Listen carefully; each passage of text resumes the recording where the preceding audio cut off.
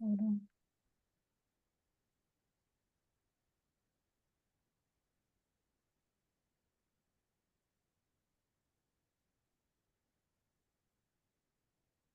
Does everyone see my PowerPoint, my screen?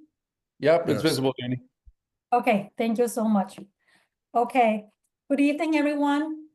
Good evening to our District 25 family, our Title I PAC members, our Superintendent, Dr. Dentona, and our Deputy Superintendent, Mr. Saren, and Louis Petito. Thank you for always showing to support and by attending this meeting.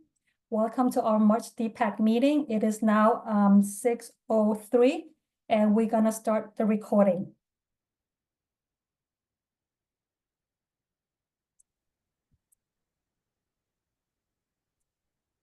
Louis, are you recording right now? Okay, I want to make sure I don't hit stop. So here is the agenda for tonight's meeting. Mr. Mitchell will review the meeting norms in a bit and to introduce the PAC team, and then give the floor to the superintendent, Dr. Dentona, who will start his report. Mr. Mitchell will then introduce our next guest speaker. It's from Office of Language Access, who will be talking about Office of Language Access, what they do, and the parent-facing component that all families should be aware of. And then we will be introducing Ryan Meal, the founder of Turbobo. And I will be going into CEC election update and school surveys. Mr. Mitchell? Yes. The floor is all yours. Thank you so much, Jenny, and good evening, everyone. My name is Chris Mitchell. I am the DPAC chairperson. Thank you, and I'm going to share the meeting norms. If everyone will give me their attention, thank you so much. So the meeting norms starts and end on time. One voice when speaking. This is a safe space to speak. 1, 2, 3, and then me. If you have spoke already, allow 3 people to speak before you speak again. Please be sure to respect all, be present, be engaged, and be involved. So I will introduce everyone else on the rest of the DPAC member team. That will be Crystal Gonzalez as secretary. Thank you so much, Crystal. Catherine St. Pierre as alternate. And again, myself, Christopher Mitchell, as chairperson. Thank you, Mr. Mitchell. Next, I'd like to introduce Superintendent Dr. Dentona. Dr. Dentona? Yes, good evening. Thank you so much, Mr. Mitchell. Appreciate pleasure. you. Thank you. For being here and for conducting the meeting. Yes, of course. I have my report to share with you. I do like to share the same report with DPAC as I would with our Community Education Council and our President's Council to keep you all informed as to the current state of where we are as a district. So I'm going to share my screen and then share my presentation with you guys tonight. So things that I'll cover, just a couple of updates and reminders. Big shout out for some of our children for Respect for All Week. Wellness Day that we're currently in the process of organizing. And then the current state of performance across our district when it comes to our priorities and mid-year check-in, as all of our kids have completed the mid-year assessment at this point. So just a big congratulations to our students and that are moving on within the context of the spelling bee. So we have David from PS 130, Divine Grace from IS 250, and Jason from JHS 185. All will be moving on to the citywide spelling bee in March. Super excited for them and looking forward to for them doing really, really well at the citywide spelling bee also. Thank you to all of our pronouncers and all those that help support it, including one of our instructional leads, Melinda Willens, who sustains this work every year for our district and the Borough of Queens. So big thanks to her. One of the spaces of work that you'll hear me talk about throughout the year, and one I want to emphasize here as well, is the importance of civics and the civic responsibilities that we're trying to impress upon our children and how their voice really, really matters.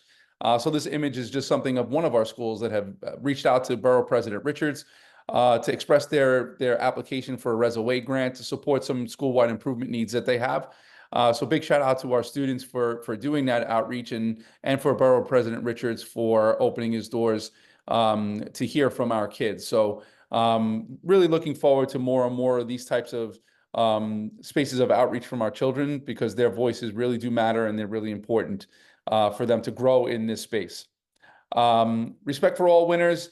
Big shout out to Elvis from 209, Anthony from 209, Aaliyah, Chris, Muna, Savannah, Chance, and Chris from 201, Stella and Benjamin from the pre-K centers for their hard work within the context of an essay contest, poster contest, and multimedia contest. So big shout out to them for putting in the work and the effort, and for receiving that honor of winning the contest for their respective grade and for their school. Also, shout out to Ming Kang from our middle school, 25Q 185, Jocelyn from 185, and the multimedia contest for Isabella from Bell Academy 294. So shout out to our learners for their hard work. This is also a video. I'm not going to play the video right now, but something for you to take a look at. That you have access to this video, to this Google Slides. It's just a short little video, and sometimes we learn so much from our smallest of learners. So we have our 3-year-olds and 4-year-olds from the pre-K center did a small little video on promoting respect for all of our kids. So big shout out to them. And as we close out Black History Month, do want to make sure that we shout out and celebrate the importance of all of our Black members of our current community and communities across the country that have served and continue to serve, making the world a better place. So as the month has gone on, our students have engaged in work aligned with Black History Month and celebrating our key important figures this month. As we get into next month, we'll share some of the work that our children have been exposed to and engaged in during this time. Upcoming events, we had a virtual parent event last night for mathematics. I do encourage you, if you haven't been able to be part of this, to be part of these events that we talk about. So last night was around math talk and making sure that we're having discussions in mathematics. That event was recorded and is accessible, along with the vast majority of our events are recorded. And you'll see on our d25.nyc events page, all of the things that we've done this year are accessible to our families. So whether it's for mathematics or iReady, the second iReady one was not able to be recorded, just at the request of iReady themselves. But we had special education series that was recorded along with Acadians for any of our families that have children in kindergarten through 2nd grade. Really great resources for you to tap into. It shares a little bit about the diagnostic assessments that our kids take 3 times a year, what our children are assessed on, and more importantly, things for you as a parent that you can think about and use to support your children at home. So I encourage you guys, if you're not familiar with the events page on our district site, get familiar with it. Great resource for families in your community to tap into. Upcoming event, we have a District 25 Family Civics Comic Book Night. This is going to be held on Wednesday, March 12th from 6 to 7:30 at JHS 194. Real goal of this is to really promote democracy, civic engagement, and social justice. Kids will have an opportunity to receive some free comic books, engage in comic book exploration, have some interactive activities. Just a really nice time to be able to come out with your children to experience some fun around this space of civics, which we are really pushing across our district community. District 25 Wellness Day. This is going to be held on March 15th. We have a series of vendors that are going to be participating, be a series of fun activities, promoting wellness, promoting movement and mindfulness. There'll be space for community resources, including those that maybe need resources in the space of mental health resources. There'll be psychotherapy group there. There will be a series of professional resources through NYCFC, the UST Tennis Association, Major League Baseball, and the New York Mets, New York City Lax, a whole series of community groups that will be supporting this event to really promote health and wellness, including our New York City School Food and Nutrition. They'll be there to share a little bit about the types of foods that are accessible to our kids, and also an opportunity for you to go and snack on some of those resources as well during that day. So I encourage you to if you're willing, register for the event. We'd love to see you there and present and supporting not only the event, but getting some valuable information and resources for your children. Math Family Night, we have one coming up on Thursday, March 27th from 5:45 to 7:45. This will be held at JHS 189. Yes, that is our middle school, but this is open up to all families across grades. As the resources accessible will be available for children across grades. It's just being hosted at a middle school. So it's available for everyone. The last session that we had over 200 families join. The events were great. There will be refreshments there. There'll be free giveaways. Just a really nice opportunity to do some math work with your children, as we're really seeking to make sure that our kids become really great problem solvers and math thinkers. So great opportunity, and I hope to see you there and join in the fun. And lastly, in terms of announcements, Summer Rising is going to be continued this summer. Application window opens on Tuesday, March 4th, and closes on March 28th. The Summer Rising window for children in K through 5 goes from July 2nd through August 15th. It's a program that's Monday through Friday from 8 to 6 p.m. And grade 6 to 8 is July 2nd through the 8th, Monday through Friday, also 8 to 6. Now, while registration does not mean application doesn't necessarily grant you access to the program, I encourage all of our families, if you're interested, to put in that application so that you are given an opportunity to get a seat.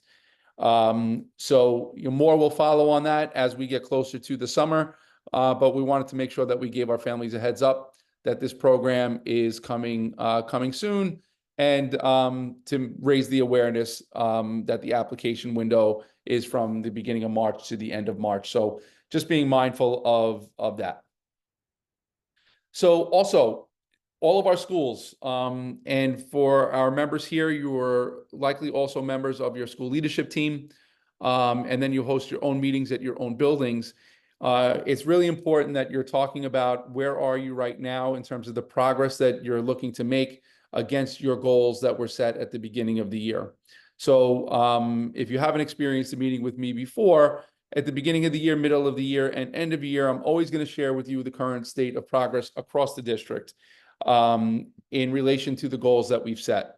So as a district community, we've been working really hard on using what we refer to as decodable text. Decodable text is really to help our kids learn how to sound out words that are taught within our Foundations program, but actually have an opportunity to apply it in text. So across our classrooms in our early childhood grades in particular, we're really emphasizing this work this year and hoping that we see improved outcomes by the end of the school year for our targeted subgroups. It was the intent to improve by 5% for all students, but then our targeted subgroups by 10% for each of our learners. Now, what we have seen is very similar data to where we were last year for the majority of our subgroups when we're talking about year-over-year Acadians performance. So we're about 57% of our kids by mid-year that are currently on or above grade level. We have still a ton of work that we need to do as a district community to improve upon this as the year goes on. For our Hispanic learners, again, relatively close to where we were last year at this time. For our Black learners, we're up about 3% from where we were last year at this time.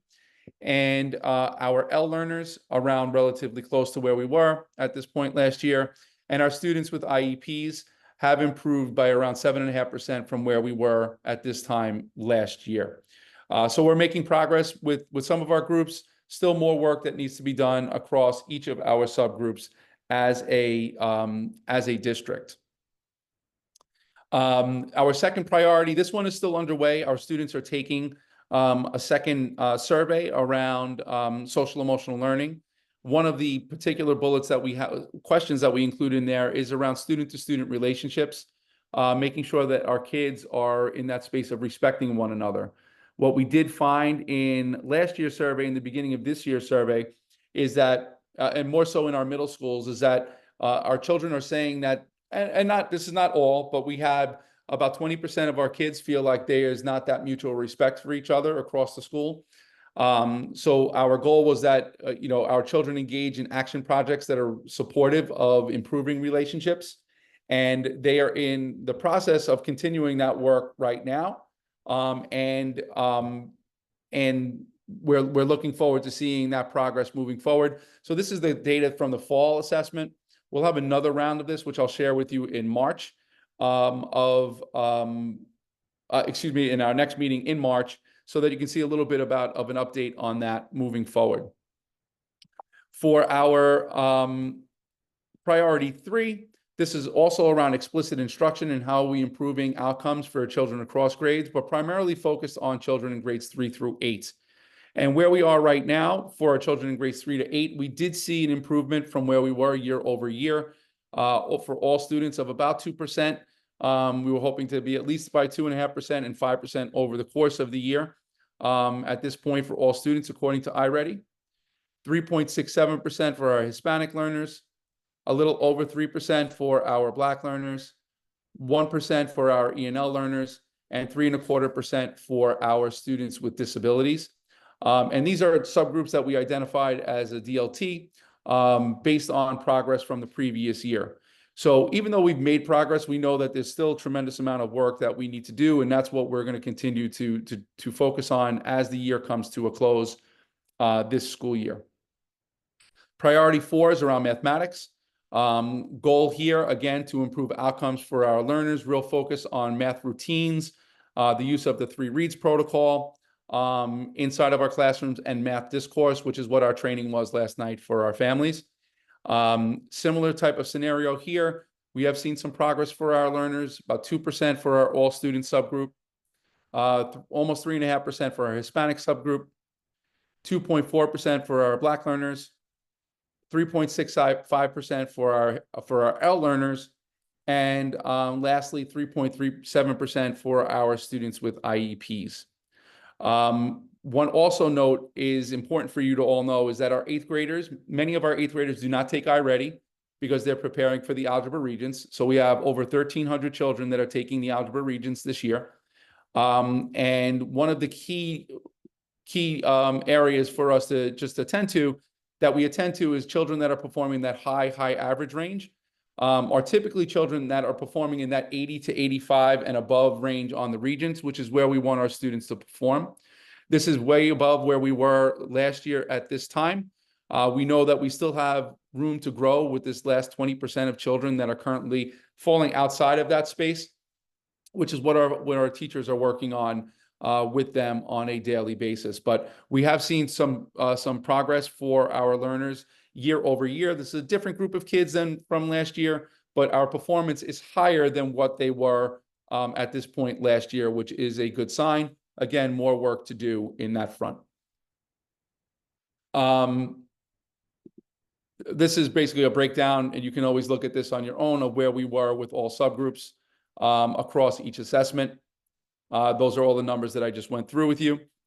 And lastly, there are 2 things. One is around making sure that our parents receive progress. What all families should have received from me over the past 2 weeks were messages about making sure that everyone knows the iReady status of their children, because that data is out and available, and all of our parents should know what that looks like. And if families have not heard from that yet, we're asking that all of you reach out to your schools, make sure that if you didn't receive the report, that you're asking for that information, so that you can have those discussions with your child's teacher. But aside from that, we're asking all of our schools to make sure that they're connecting with our families on a routine basis around the progress of their children, so that the more that you're aware as parents, the more likely our children are going to do well inside of our classrooms. So that's something that we are focused on. We have seen consistent information from our families. We have about 15% of families that indicate that they can do more, receive more feedback. So we're going to continue to work on that as a district community, including me sending out routine messages to our parents, reminding them of the importance of connecting with our teachers on the progress of their children. And lastly, and this one is super important, because there's a tremendous relationship between the progress of our kids and the attendance rates. So when we were in November, our attendance rates were well above 95%. We are second highest in the city, so our attendance is good comparatively speaking to the rest of the city, but our chronic absenteeism rates are still high. And what we do know is when our children are not in school, there is less likelihood that they're going to be able to keep up with the work. So we're going to continue to send out reminders from the district level. All of our schools have teams connecting with families. And this one gets hard at times because wintertime often results in children getting the flu or some kind of an illness. So it does impact that. But on any other time, we want to make sure that our kids are in school. So we're going to continue to focus on this. The goal was that we improve this by 4%. In November, we were surpassing our benchmarks, but right now we are right back to where we were.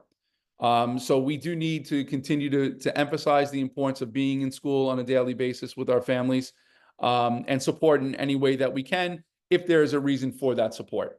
Meaning if it goes beyond just being ill or, there are medical reasons, those are just what they are. But anything else, we'll certainly continue to connect with our families to provide support. And that concludes my report for you this evening. And welcome any questions that you may have. Thank you, Dr. Mike, for your report. Yeah, you're welcome. You're welcome. Thank you, Dr. Mike. Does anyone have any questions?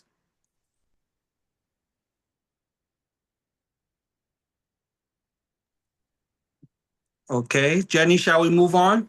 Yes. Thank you. Do you want to introduce the next guest speaker?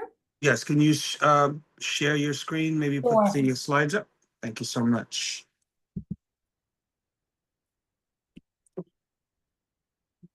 Hold on.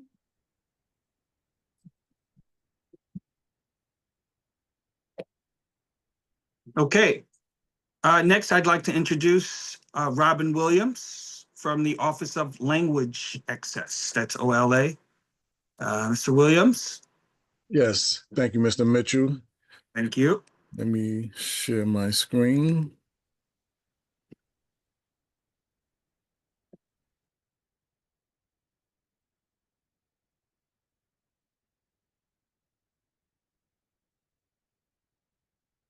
You able to see my screen?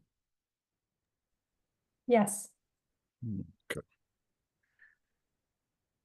Good evening, everyone. My name is Robert Williams. I am the External Outreach Specialist at the Office of Language Access. In this PowerPoint, I'm going to demonstrate it. Essentially, it mimics exactly how our parent-facing web page is. So it's in the exact same order. You'll be able to find where you can request interpretation or have some documents translated in your preferred language. So on the agenda today, we're going to talk about the NYC Public Schools background, our commitment to NYCPS families, the schools.nyc.gov Hello webpage, raising awareness in our communities, and any questions. So there are over 1 million students and over 1,600 plus schools that speak over 180 languages. Approximately 40% of the New York City Public School households speak a language other than English at home. And the NYCPS top covered languages besides English are Arabic, Bangla, Cantonese, French, Haitian Creole, Korean, Mandarin, Russian, Spanish, and Urdu. Written translations are also available in both traditional and simplified Chinese. The Office of Language Access is dedicated to supporting both New York City Public Schools staff and families by providing the resources necessary for effective communication in languages other than English. So here's a little snapshot of the top 10 preferred languages in District 25. Besides our cover languages, you want to keep in mind you have a large population of Gujarati, hope I'm pronouncing that correctly, and Hindi. So you want to keep in mind when we're actually having interpreters for our other top 10 languages that, we include these families as well. So there are over 20,000 parents that prefer communication in their preferred language, and over 20,000 parents that prefer written documents in their preferred language. So OLA supports New York City Public Schools with translation and interpretation services for families whose preferred language is other than English.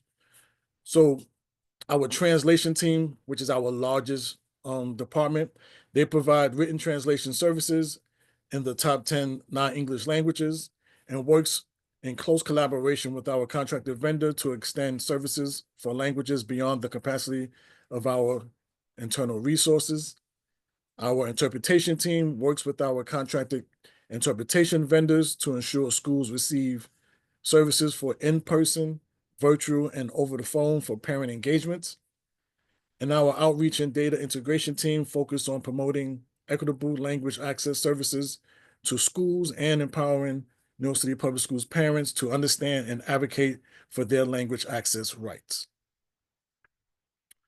We also collaborate with advocates to identify needs and address language barriers in our ever-changing communities. We engage parent leaders to enhance the message of language access to our communities. We pursue innovative ways to engage with and receive feedback from families, such as online portals, emails, robocalls, texts, direct mailers. We leverage technology to continuously enhance the interpretation experience for families, such as virtual meetings. We ensure translation quality, such as professional translation tools. And we keep a pulse of citywide parent language data and translation interpretation service outputs.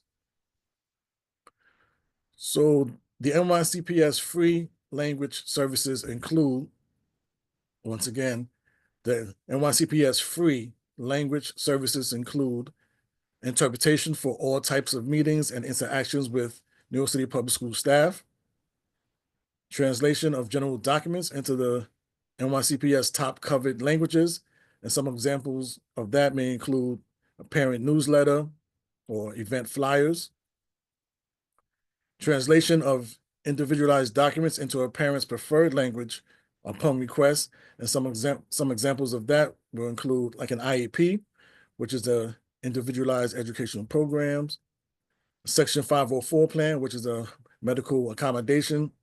Let's say if your child has test anxiety, you'll go to the school, ask the school for the 504 form, take that form to your primary doctor. If your primary doctor deems that your child does have anxiety, they'll fill it out, you bring that form back to the school, and now your child may be eligible for extra time on their test. And we also translate foreign transcripts in any language, not just the top 10 cover languages, in any language. So when accessing the schools.nyc.gov webpage, you'll notice that on the top right, there'll be a Google drop down. Just select what language that you prefer, and then the website will translate into that language. But please note, automatic translations are not intended to replace human translators and are provided as a service to users of the website. Some content, such as images, videos, animations, etc., may not be translated due to the limitations of the translation software. So here's a brief, it's a short little video. It explains everything that's on the website. Once you go onto the website, the first thing you're going to see is this little video. I'm not going to play it right now, but once you play it, you're able to also actually do the closed caption in whichever language that you prefer. And you'll notice that at the top right corner is also the Google dropdown. You can select what language. This video is also available in the covered languages below. So right below the video, the first tab will read Helpful Resources. Here you may print and cut out the I Speak card in 10 languages to request language assistance services when communicating with the New York City Public School staff. Language access for NYCPS families brochure advises families of the availability of language assistance services. You may also request one at your school. On this tab, also in this drop-down tab, you'll also find health forms and notices, enrollment forms, etc. But let's say you wanted to learn more about the language access for NYCPS families brochure. You would click on that link, and this is how the brochure looks. You'll notice at the bottom, there's a little cutout portion. Whichever your preferred language is, you would just cut out that portion, bring that back to your school, and now your school must provide communication in that preferred language. Also, if one of your, if a preferred language is not listed here, we have a blank one that says I speak, and then you can just write in what your preferred language is, and your school still must provide you communication in that language. So the very next tab underneath that would read Request Language Services. Families may complete the translation and interpretation service request form to request language services. The New York City Public Schools Office of Language Access will forward your request to the appropriate school, office, or Committee on Special Education. The translation interpretation service request form is available in the following languages. But please note, language assistance services may vary depending on the type of school the student attends. Families can also call 311 to make a request for language assistance services. Over-the-phone interpretation is available in over 200 languages. Let's say you wanted to click on the translation and interpretation service request form. On the left is how the form looks. It's a little snapshot of it. But before you come to this website and fill out the form, please contact your school first. Your school is your direct support in helping you with any communication or translation documents. Let's say if you go to the school and, because we have staff that resign or retire, so it may be a new staff there and maybe they're not aware of how to support you. Then you can come here, just fill out the form. You may request the services via the translation interpretation form. This form is available in the top covered languages. So what happens is any parent form that is filled out, I get a notification that comes directly to my inbox. It's not staying in our office inbox. It comes to my personal inbox. And the process is, if I receive a notification, I would contact the principal, the parent coordinator, and whoever the language access coordinator is of that school. We train staff to be language access coordinators in school, so they should be able to help you and provide any support you need. But in the event that someone is not there, I just forward that to the principal, let them know, hey, this parent requested these services and they said that they were unable to get them. Can you please contact this parent and make sure that this parent received these services? And they must complete or reach out to the parent within 5 to 7 business days so that I can close it on my end.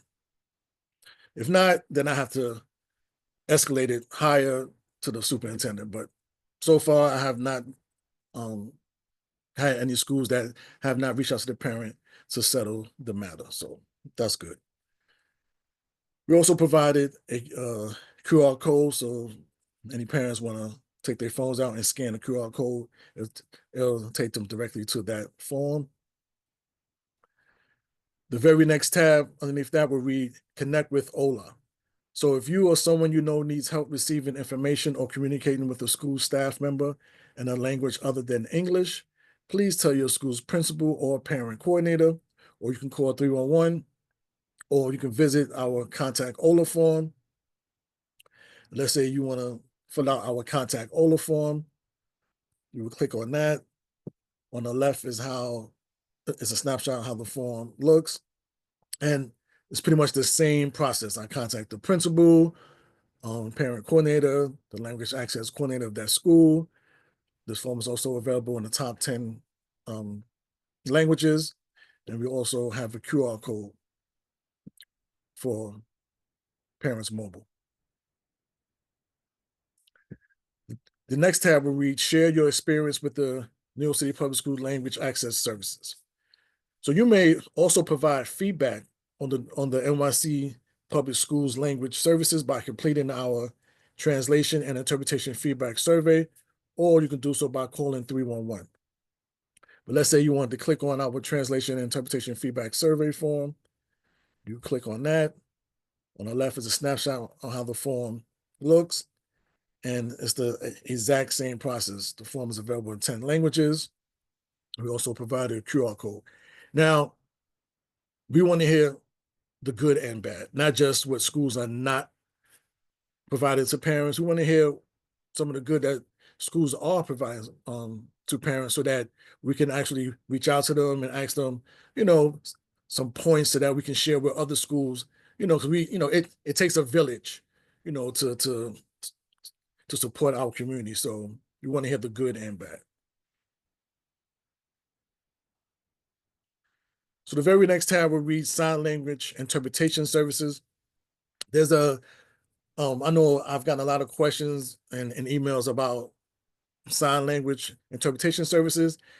This office is a different office. It does not come out of our office. So to contact, if you need any sign language interpreting services, you will email oslis@schools.nyc.gov, and they will help you with their process. This is a separate office. The very next tab will be having difficulties obtaining language assistance services. If you are, you can learn you click on the Get Help, or you can click on the File a Complaint. If you click on File a Complaint, this complaint is a formal complaint. It goes directly to the district. It doesn't come to our office. It goes directly to the district. Excuse me. Now we're going to talk about raising awareness in our communities. We have done advertisement in schools, grocery stores, laundromats, nail, hair, and barber salons, pharmacies. And what's not on here is that we have done some advertisement in the MTA train stations and on the MTA buses. We have done direct parent outreach through robocalls, emails, text messages, postcards like the one on the right. If you have not received one or any of them, we ask that families please go to their school, speak to, I'm assuming it's the school secretary, and make sure that your information is updated. As we know, we change phone numbers or we change addresses because we pull from the same data that schools enter the information in. So please make sure all your information is updated so that you can receive these parent outreach. So, are there any questions?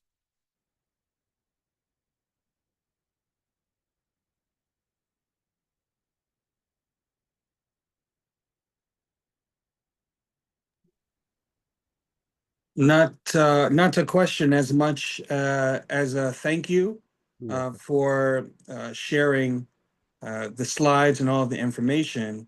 What I'd like to point out to the other parents and everyone who will see this, because it is being recorded, is I think that this is a direct reflection of the New York City being innovative, because what we're doing here is we're incorporating AI into how we reach out to the families, and how not, maybe not as much we, but they, as in New York, are reaching out to support the families. Now I can find, if in any language, how to get help for my child, which is a very good thing. So thank you again, Mr. Williams, for sharing this. I think that this is very important. And even if the parents directly can't use this, I think that if we know someone in our community who has maybe a language barrier, this would be great to share.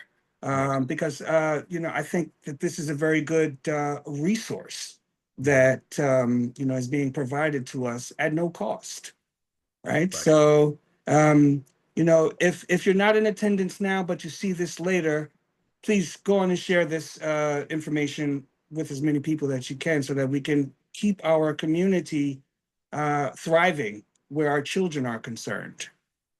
Yes, and I'm available to come.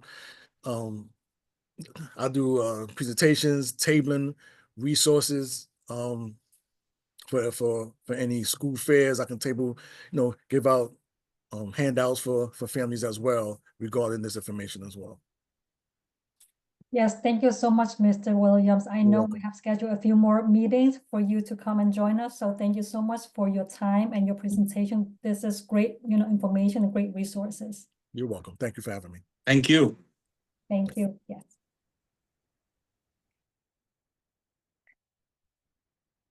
Let me share my screen again.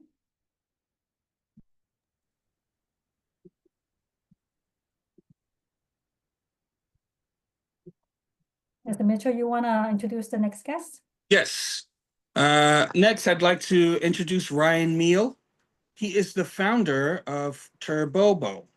I'd like everyone to pay close attention to this young man. If you can, even share his story with your children. Maybe we can use him as an example for our next generation.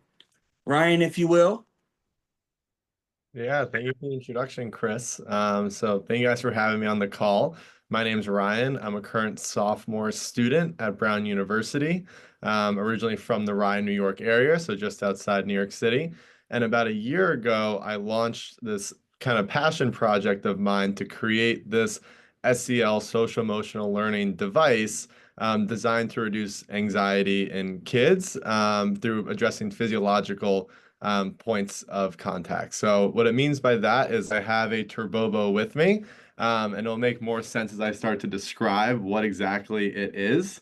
So what you might be seeing on your screen might look like an everyday stuffed animal, but that's by design. So it has some hidden goodies inside of it that are clinically proven to reduce anxiety and promote feelings of wellness and calmness. So the first is its weight. It weighs about 5 pounds.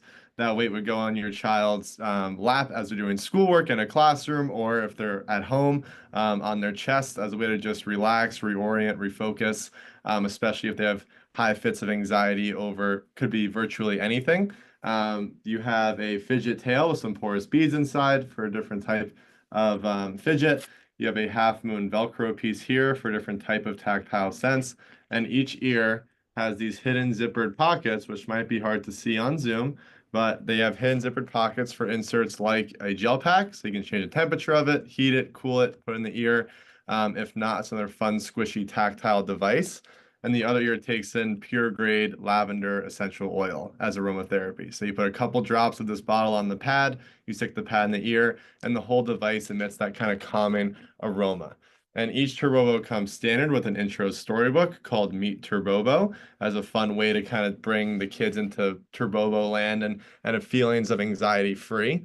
And that's kind of what Turbobo is. So Some of you might be asking, well, what is this? How is this relevant? Or why is this 19-year-old on this Zoom talking to me right now? So to answer all those questions, Turbobo started as a pure kind of passion project of mine.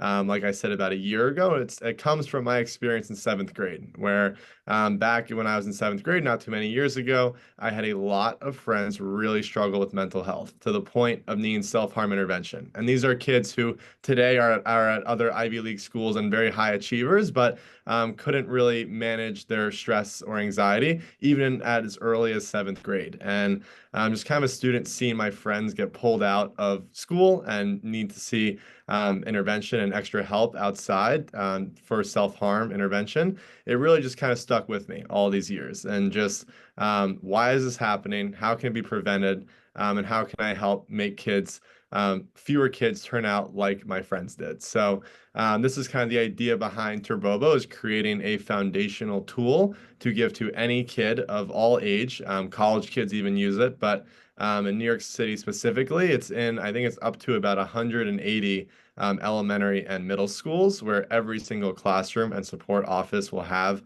a Turbobo as a way for students to have that moment of clarity while they're learning that new math problem, or reading that new word and reading comprehension for learning anxiety, or if they're just having a really rough day and something happened to them coming to school, that they just need a few minutes to reorient so they're able to become productive members of the classroom and not let what's going on outside of school hinder their ability to learn and grow. So before I get a little more into it, I think my understanding is that this is a Title I kind of parents meeting, and there might be some extra funding in the budgets for budgets closing. You might be thinking, how can I use this to be the most effective and get the most out of it for my community and kids? I wonder, is there someone in here from PS 79?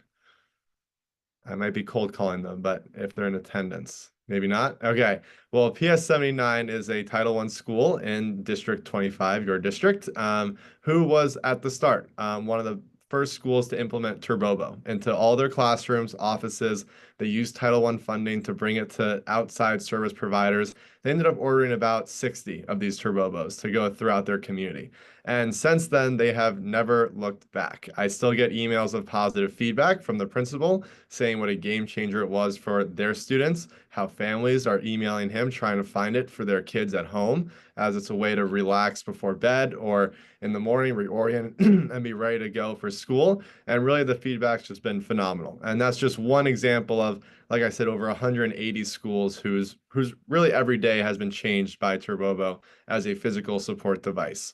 So the purpose of me kind of coming onto this call now is to present Turbobo as a resource to your communities, as well as an option that has a lot of different benefits, from immediately helping to reduce anxiety in kids to improving test scores in a school setting, and even just if there are housing unstable or someone might be in a place where they aren't quite comfortable with their own room where they sleep, they have a physical tool that they can use to orient themselves in a space and help make the space its own.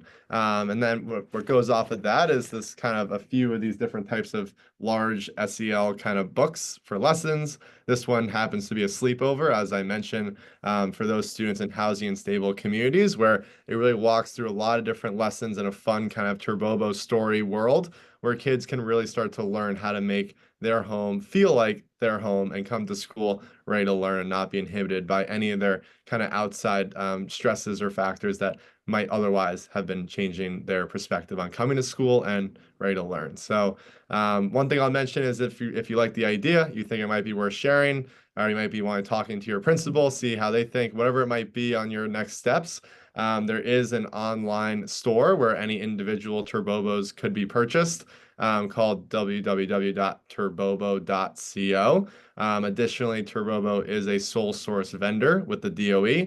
So if it is something through a purchase order through the school, I'm not quite sure how Title I specific funding works, but we can virtually accept any form of payment in a way that would bring Turbobo to fruition. So how the pricing works, if you're thinking about any money left over budgeting, you have this dog here, which is the 5-pound Balboa version. You get with every Turbobo comes standard your dog, your inserts like your aromatherapy, your gel pack, as well as this intro storybook, Meet Turbobo, along with a best use cases sheet, which is like a one-page piece of paper explaining how to get the most out of it.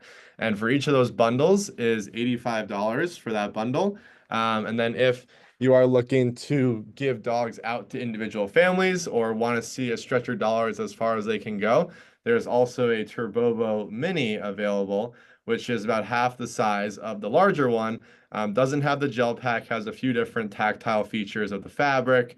It does still have that aromatherapy pouch here, but this is priced at $40 each if this is something that might be able to stretch farther with the budgets. But the fan favorites are certainly these bigger guys, just in how it really gives that weighted blanket feel. You really feel that reduction of weight on the heart, which lowers and promotes that feeling of calmness. So definitely the starting model here, but really up to you guys on what works best for you. So happy to answer any questions or stop there or continue, whatever is helpful. Does anyone have any questions for Ryan? I do. Good evening, everyone. It's Crystal Gonzalez. I would like to know, do you do presentations at school? I think this is an awesome idea. And I think it's something that we may be interested in. Yeah, absolutely. So I'm happy to connect with a principal through email or anything like that. And then usually for a one-off school, I would do like a Zoom presentation where I showcase the dog, the data behind its success, as well as walk through how to get the most out of it across different grade levels.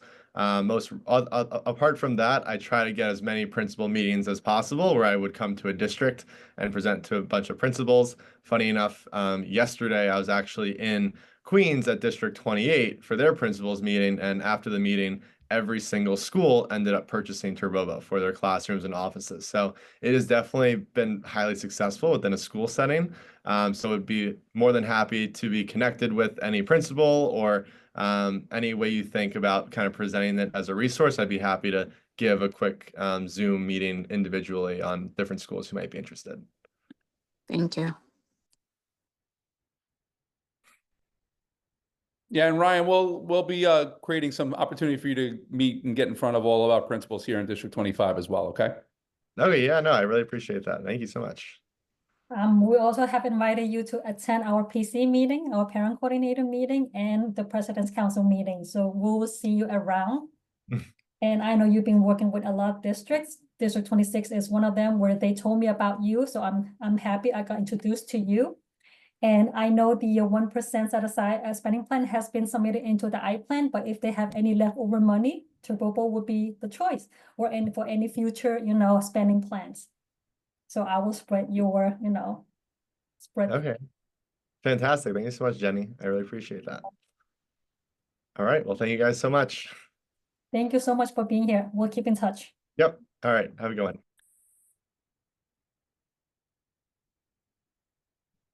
Let me share my screen again.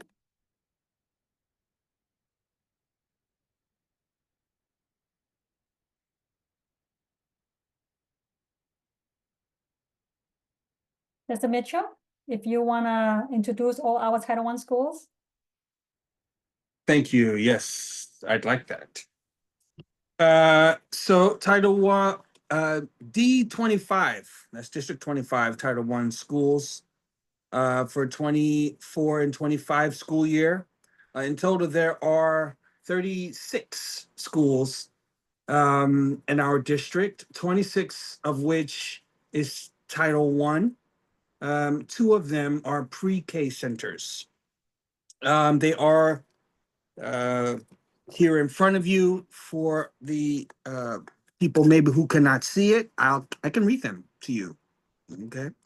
So that's Q20, 21, 22, 23, 24, 25, 29, 32, 107, 120, 129, 154, 163, 164, 165, 185, 189, 194, 200, 201, 214, 219, 237, that's my school, 242, 244, 250, and 379. With that, I can move a little forward. Jenny? Yep. So I'm going to talk about CEC election update. So the CEC election deadline has been extended to February 27, which is tomorrow. If you are still hesitating, or you're thinking about it, or you're interested, or you know someone who would be a great fit, please encourage them to apply by tomorrow. Tomorrow will be the last day to apply for the CEC election.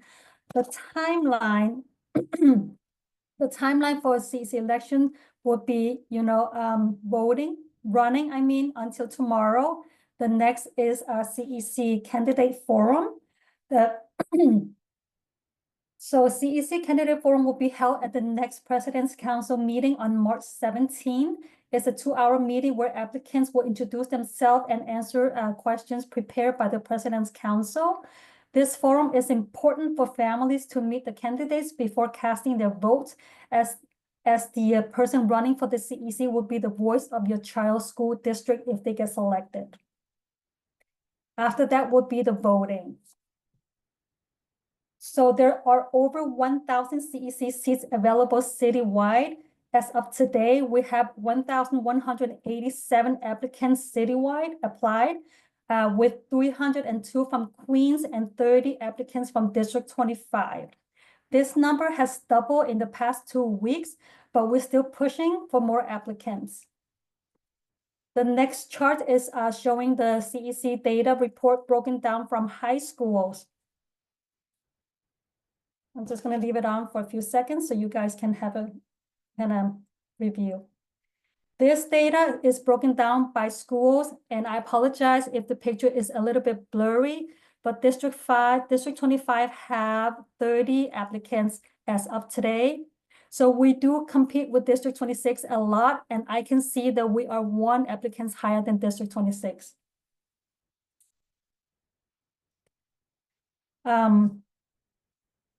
This is the data report from 2 years ago. This is data who shows how many people voted. So during the voting period, we're going to encourage as many parents to vote as possible, since this is also important to get the right candidates.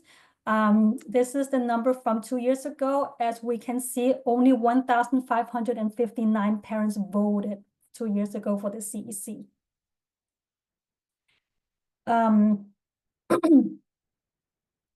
The CEC voting, let me go back. The CEC voting will take place from April 25th to May 13th.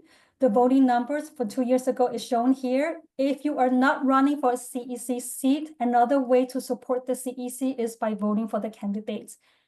The only way to vote or to run is by using the Nexa.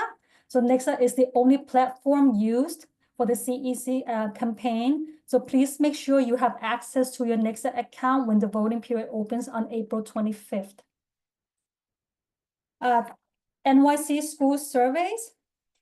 The NYC school survey is sent home every year around this time for all families in grades 3K to 12, DOE teachers and staff, and students in grades 6 to 12. The survey helps school leaders understand what members of the school community thinks about their school, allowing them to make improvements. So there's 3 ways to submit the school survey. The first is to use the prepaid envelope that it comes with the survey. You can use that one, it's already prepaid, so you just submit your survey and put it in the mailbox. The second way is by using your NYC Schools account, the Nexa account, to submit your school survey. And the third way is to use the online tool, is nycschoolsurvey.org to submit your survey. But on that link, you will have to use your DOE, the student's ID number, the OSIS number, when you use the online platform, and you will have to remember to add a lowercase f in front of your student's ID number. Next is, so Dr. Mike also mentioned a lot of these District 25 events that we hold on a monthly basis. Last night we have an event about math parent workshop. Mrs. Eaton, our math instructional lead, she shared multiple ways on how to make math fun at home. So if you can subscribe to this newsletter, our district newsletter, to get updates about more upcoming events via this website, d25.nyc.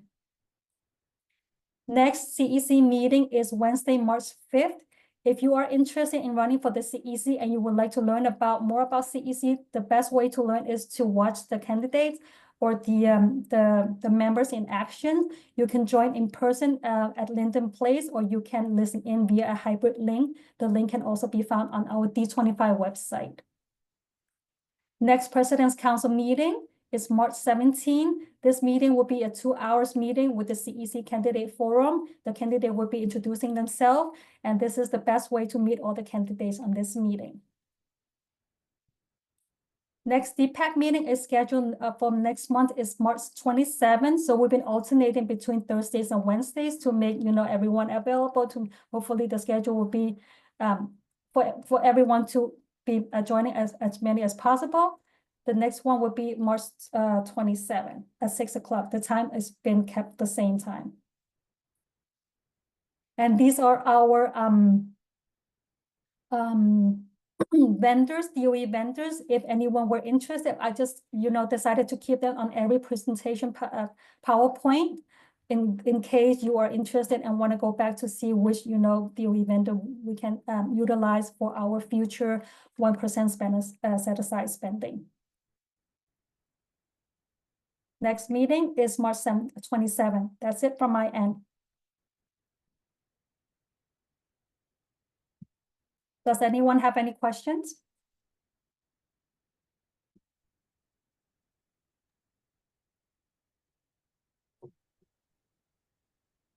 Okay, thank you all. Thank you, Jenny, for putting this all together. Again, excuse me. Thank you for all of our presenters. Dr. D'Antona, Mr. Williams, Ryan, thank you again. If that's all. Thank you all. Have a great night. Good night. Thank you. Good night, everyone. Attending the meeting. We'll see you next Night, month. everyone. Thank you, Jenny. Thank you, Mr. Mitchell. Have a great night. Thank you, Dr. D'Antona. See you tomorrow.